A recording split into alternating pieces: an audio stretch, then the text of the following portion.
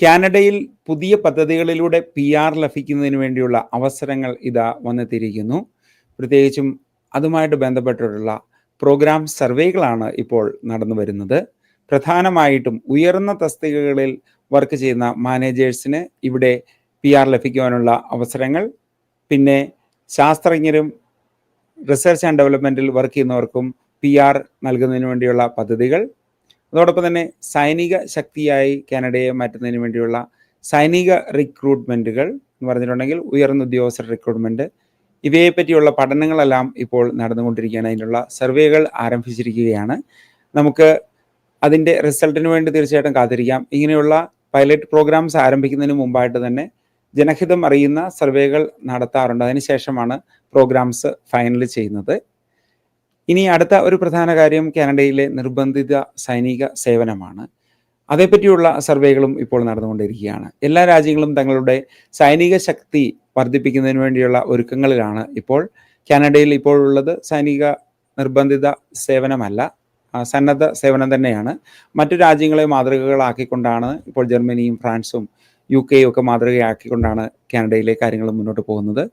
എന്നാൽ നിർബന്ധിത സൈനിക സേവനം ഉണ്ടായാൽ നിങ്ങളുടെ അഭിപ്രായം എന്തായിരിക്കും എന്നുള്ള സർവേ ആണ് ഈ ദിവസങ്ങളിൽ പുറത്തുവിട്ടിരുന്നത്. അതിൽ 18-നും 29-നും വയസ്സിന് ഇടയിലുള്ളവർ അധികം താല്പര്യം കാണിച്ചിട്ടില്ലായിരുന്നു. എന്നാൽ 62 വയസ്സിന് മുകളിലുള്ളവരൊക്കെ അതിൽ കൂടുതൽ താല്പര്യം പറഞ്ഞിട്ടുണ്ടായിരുന്നു. ഇതിൻ്റെ ഫൈനൽ റിപ്പോർട്ടുകൾ നമ്മൾക്ക് ന്യൂസ് പേപ്പറുകളിലും അല്ലാതെ ഉള്ള വാർത്താ മാധ്യമങ്ങളിലുമൊക്കെ വായിക്കാവുന്നതാണ്. അടുത്തതായിട്ട് കാനഡയിലെ വെതറാണ്. കാനഡയിലെ വെതർ ഇപ്പോൾ ഓഗസ്റ്റിൽ 12-നും 20-നും ഇടയ്ക്കൊക്കെയാണ് ടെമ്പറേച്ചർ വന്നിരിക്കുന്നത്. ഒരു കൂളർ വെതറായിട്ടാണ് ഇപ്പോൾ ഉള്ളത്. പച്ചക്കറിയും കാര്യങ്ങളുമൊക്കെ വളർന്ന് അതിൻ്റെ ഫല പുഷ്ടിയിൽ നിൽക്കുന്ന ഒരു സമയമാണിത്. ആളുകളൊക്കെ ഇപ്പോൾ പച്ചക്കറി കൃഷിയുടെ വിളവുകളൊക്കെ എടുത്തിരിക്കുന്നു. നമുക്കൊരു ചെറിയൊരു പച്ചക്കറി തോട്ടം ഉണ്ടായിരുന്നു. ഇപ്രാവശ്യം വലിയ കാര്യമായിട്ടൊന്നും അത് വളർന്നില്ലായിരുന്നു. എങ്കിലും കുറച്ച് മുളകും കുറച്ച് തക്കാളിയും 1-2 പാവയ്ക്കയും ഒക്കെ കിട്ടിയിട്ടുണ്ട്. ഫിഫ ലോകകപ്പിന് വേണ്ടി ഇപ്പോൾ ലോകവും നോർത്ത് അമേരിക്കയും തയ്യാറെടുത്തുകൊണ്ടിരിക്കുന്നൊരു സമയമാണ്. ഇപ്പോൾ പുതിയതായിട്ട് ഇവിടെ വന്നിട്ടുള്ളവർക്കും ഇവിടെ താമസിക്കുന്നവർക്കൊക്കെ ഒരു സുവർണ അവസരം വന്നിരിക്കുകയാണ്. ലോകകപ്പൊക്കെ ഒന്ന് നേരിട്ട് കാണാനുള്ള അവസരം ലഭിക്കുക എന്ന് പറഞ്ഞാൽ ചെറിയ കാര്യമൊന്നുമല്ല. അതിന് വലിയ ടിക്കറ്റും കാര്യങ്ങളൊക്കെയാണ്. എന്നാൽ ലോകകപ്പിൽ വോളണ്ടിയർ ആകാനുള്ള സുവർണാവസരം ഇപ്പോഴുണ്ട്. അതിനുവേണ്ടിയുള്ള അപേക്ഷകൾ സമർപ്പിക്കേണ്ട സമയമാണിത്. ഇൻ്റർനാഷണൽ സ്റ്റുഡൻസ് ഒക്കെ ആയിട്ട് വന്നിട്ടുള്ളവരൊക്കെ കുറച്ചൊക്കെ വോളണ്ടിയറിങ്ങുകൾക്കൊക്കെ ചെയ്യുവാണെങ്കിൽ വളരെ നല്ലതായിരിക്കും. അത് 65,000 പേരെയാണ് വോളണ്ടിയേഴ്സായിട്ട് ഇപ്രാവശ്യം തിരഞ്ഞെടുക്കുന്നത്. അതിനുവേണ്ടിയുള്ള അപേക്ഷകളൊക്കെ കൊടുക്കേണ്ട ലിങ്കൊക്കെ ഞാൻ താഴെ കൊടുത്തിട്ടുണ്ട്. അതിലൊക്കെ നോക്കി അപേക്ഷകൾ നിങ്ങൾക്ക് സമർപ്പിക്കാവുന്നതാണ്.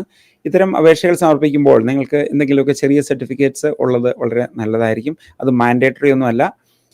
First aid and CPR certification ഉണ്ടെങ്കിൽ അത് നല്ലതായിരിക്കും. സെക്യൂരിറ്റി ലൈസൻസ് ഒക്കെ ഉള്ളവർക്ക് ഈ അവസരങ്ങളിലൊക്കെ നിങ്ങൾക്ക് ജോലി സാധ്യതകൾ ഏറുന്നതാണ്.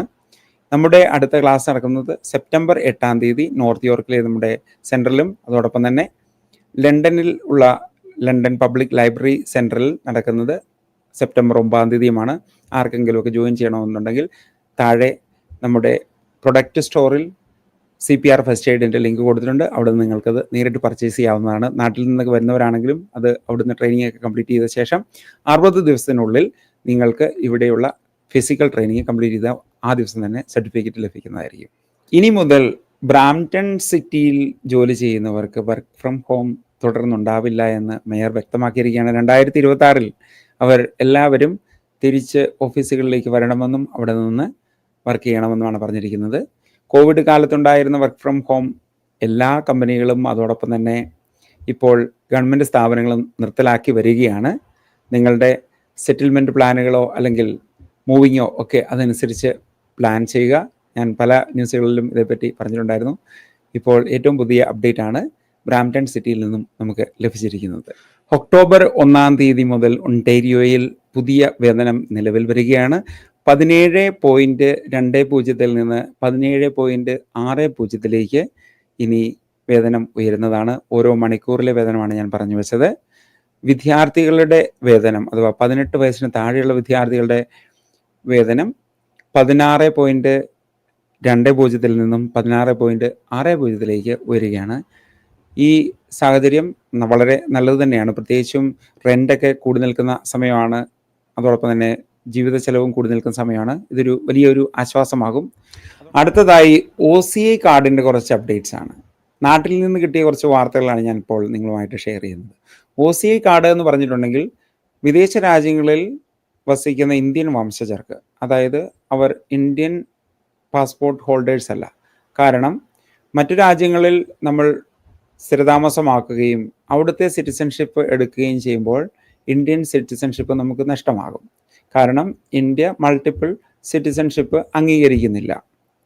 അവർക്ക് ഇന്ത്യൻ ഗവൺമെൻറ് നൽകുന്ന ഒരു സംവിധാനമാണ് OCI എന്ന് പറയുന്നത്, ഓവർസീസ് സിറ്റിസൺ ഓഫ് ഇന്ത്യ. ഒരു കാർഡാണ്. ആ കാർഡ് നമുക്ക് ലഭിക്കുന്നത്. അത് 1950 ശേഷം പുറം രാജ്യങ്ങളിൽ താമസിക്കുന്നവർക്കെല്ലാം ലഭിക്കുന്നതാണ്. ചില രാജ്യങ്ങളിൽ അതിനുള്ള റെസ്ട്രിക്ഷൻസ് ഉണ്ട്. ബംഗ്ലാദേശ്, പാകിസ്ഥാനി രാജ്യങ്ങളിലുള്ളവർക്ക് അത് അവിടുത്തെ സിറ്റിസൺഷിപ്പ് ആണെങ്കിൽ അവർക്കത് ലഭിക്കുകയില്ല. കാനഡയിൽ നിന്നൊക്കെ നിരവധി ആളുകൾ ഈ കാർഡ് ഉപയോഗിച്ച് നാട്ടിലേക്ക് യാത്ര ചെയ്യുന്നുണ്ട്. അല്ലെങ്കിൽ ഉള്ളൊരു സംവിധാനം എന്ന് പറയുന്നത് നമുക്ക് വിസ എടുത്ത് പോകാം. ഞാൻ കഴിഞ്ഞ പ്രാവശ്യമൊക്കെ നാട്ടിൽ പോയപ്പോഴേക്കും 1 വർഷത്തെ വിസ എടുത്തു. അത് മൾട്ടിപ്പിൾ എൻട്രി വിസയാണ്. അതിലെനിക്ക് പോകാനും വരാനും സാധിക്കും. OCI കാർഡിന് ഇനി അപ്ലൈ ചെയ്യണം. അതിൻ്റെ കുറേ കാര്യങ്ങളൊക്കെ ഞാനിങ്ങനെ പഠിച്ചുകൊണ്ടേയിരിക്കുന്നു. പ്രത്യേകിച്ചും പല അപ്ഡേറ്റ്സും ഇന്ത്യൻ കോൺസുലേറ്റിൻ്റെ വെബ്സൈറ്റിൽ അപ്ഡേറ്റ് ചെയ്തിട്ടുണ്ട്. അത് പ്രകാരമുള്ള കാര്യങ്ങളൊക്കെ നമ്മൾ സബ്മിറ്റ് ചെയ്തിട്ടുണ്ടെങ്കിൽ മാത്രമേ ഉള്ളൂ നമുക്കിപ്പോൾ OCI കാർഡ് ലഭിക്കുകയുള്ളൂ. OCI കാർഡ് ലഭിച്ചവർക്കും ഇനിയിപ്പോൾ അത് ക്യാൻസൽ ചെയ്യപ്പെടാനുള്ള സാധ്യതകളുണ്ട് എന്ന് പറഞ്ഞിട്ടുണ്ടെങ്കിൽ എന്തെങ്കിലുമൊക്കെ കുറ്റകൃത്യങ്ങൾ ശിക്ഷിക്കപ്പെട്ട് 2 വർഷത്തിന് മുകളിൽ ജയിൽ ശിക്ഷ അനുഭവിക്കേണ്ടി വന്നിട്ടുണ്ടെങ്കിൽ അത് റദ്ദാക്കും. പിന്നെ എന്തെങ്കിലും ഒരു കുറ്റപത്രം, 7 വർഷം ശിക്ഷ നേടാവുന്ന കുറ്റപത്രം സമർപ്പിക്കപ്പെട്ടിട്ടുണ്ടെങ്കിൽ OCI കാർഡ് റദ്ദാക്കപ്പെടും. ഇത്തരം കാര്യങ്ങളൊക്കെ ഇപ്പോൾ പുറത്തു വന്നിട്ടുണ്ട്. അതേപറ്റിയുള്ള വിശദ വിവരങ്ങൾ നിങ്ങൾക്ക് ഇന്ത്യൻ കോൺസുലേറ്റിൻ്റെ വെബ്സൈറ്റിൽ നിന്നൊക്കെ വായിച്ച് മനസ്സിലാക്കാവുന്നതാണ്. പിന്നെ അതേപറ്റി കൂടുതൽ വിവരങ്ങളൊക്കെ അറിയാവുന്നവരുണ്ടെങ്കിൽ തീർച്ചയായിട്ടും താഴെ ഷെയർ ചെയ്യുക. ഞാനൊരു ഫ്രീലാൻസ് ബ്ലോഗർ മാത്രമാണ്. എനിക്ക് ഒബ്സർവേഷനിലൂടെ ലഭിക്കുന്ന കാര്യങ്ങളാണ് ഇവിടെ നിങ്ങളുമായിട്ട് ഷെയർ ചെയ്യുന്നത്.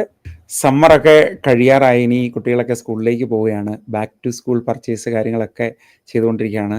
ഞങ്ങളും കഴിഞ്ഞ ആഴ്ച പോയി കുട്ടികളുടെ യൂണിഫോമും കാര്യങ്ങളൊക്കെ വാങ്ങിച്ചിട്ടുണ്ടായിരുന്നു. ഈ കഴിഞ്ഞ വെള്ളിയാഴ്ച നടന്ന ലൈവ് സെഷൻ നിങ്ങളൊക്കെ ഒന്ന് കാണുന്നത് നല്ലതായിരിക്കും. അതിൽ ഞാൻ കുറച്ച് കാര്യങ്ങൾ പറഞ്ഞിരിക്കുന്നത് ടീനേജ് പേരൻറ്റിങ്ങിനെ സംബന്ധിച്ചുള്ള എൻ്റെ കുറച്ച് അനുഭവങ്ങളാണ്. അത് നിങ്ങൾക്ക് കേൾക്കുകയും അതോടൊപ്പം തന്നെ നിങ്ങളുടെ അഭിപ്രായങ്ങൾ അതിൻ്റെ താഴെ ഒന്ന് കമൻറ്റ് ചെയ്യുകയാണെങ്കിൽ വളരെ നല്ലതായിരിക്കും. നമുക്ക് ആ ഡിസ്കഷൻ മുന്നോട്ട് കൊണ്ടുപോകേണ്ടതായിട്ട് ഉള്ളതാണ് എന്ന് എനിക്ക് തോന്നുന്നു. കാരണം 40s ആളുകൾ നേരിടുന്ന ചില കാര്യങ്ങളുണ്ട്. എന്ന് പറഞ്ഞിട്ടുണ്ടെങ്കിൽ ടീനേജേഴ്സ് ആയിട്ടുള്ള കുട്ടികളെയാണ് അവർ നോക്കുന്നത്.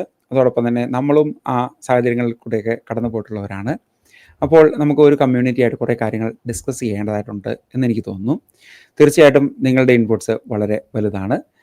നിങ്ങൾക്ക് ആർക്കെങ്കിലും നമ്മുടെ പോഡ്കാസ്റ്റിൽ നിങ്ങളുടെ അനുഭവങ്ങളൊക്കെ ഓൺലൈനായിട്ട് ഷെയർ ചെയ്യണമെന്ന് ആഗ്രഹമുണ്ടെങ്കിൽ തീർച്ചയായിട്ടും bijo@canadianskills.c ഒരു ഇമെയിൽ അയച്ചാൽ മതി. നമുക്ക് അത് മുന്നോട്ട് പരിഗണിക്കാവുന്നതാണ്. അതുപോലെ തന്നെ മറ്റ് രാജ്യങ്ങളിൽ നിന്നുള്ള ആളുകൾക്ക് നിങ്ങൾക്ക് എന്തെങ്കിലും ന്യൂസൊക്കെ ഷെയർ ചെയ്യണമെന്നുണ്ടെങ്കിൽ അതും തീർച്ചയായിട്ടും ഇമെയിലായിട്ട് വീഡിയോ ക്ലിപ്പിങ്സ് ആയിട്ടോ അല്ലെങ്കിൽ ലേഖനങ്ങളായിട്ടോ ഒക്കെ അയച്ചു തരാവുന്നതാണ്. അനുയോജ്യമാണെങ്കിൽ തീർച്ചയായിട്ടും നമ്മുടെ പ്ലാറ്റ്ഫോമിൽ അതൊക്കെ ഷെയർ ചെയ്യാവുന്നതാണ്. ഈ വർഷത്തെ സമ്മർ കഴിയുകയാണ്. ഇനിയിപ്പോൾ എല്ലാവരും സ്കൂളിൻ്റെ തിരക്കിലേക്കും അതോടൊപ്പം തന്നെ ജോലിയുടെ തിരക്കിലേക്കും ഒക്കെ പോവുകയാണ്. പുതിയ ഉത്സാഹത്തോടെ, പുതിയ ഉണർവോടെ നമുക്കിനി ഓണത്തിൻ്റെ ഒരു ചെറിയ ബ്ലോഗൊക്കെ ഷോർട്സൊക്കെ ആയിട്ട് ഇൻസ്റ്റഗ്രാമിലും അതോടൊപ്പം തന്നെ യൂട്യൂബിലും ഒക്കെ അപ്ലോഡ് ചെയ്യുന്നുണ്ട്. വീണ്ടും ഓണാശംസകൾ. Thanks for watching. ബൈ.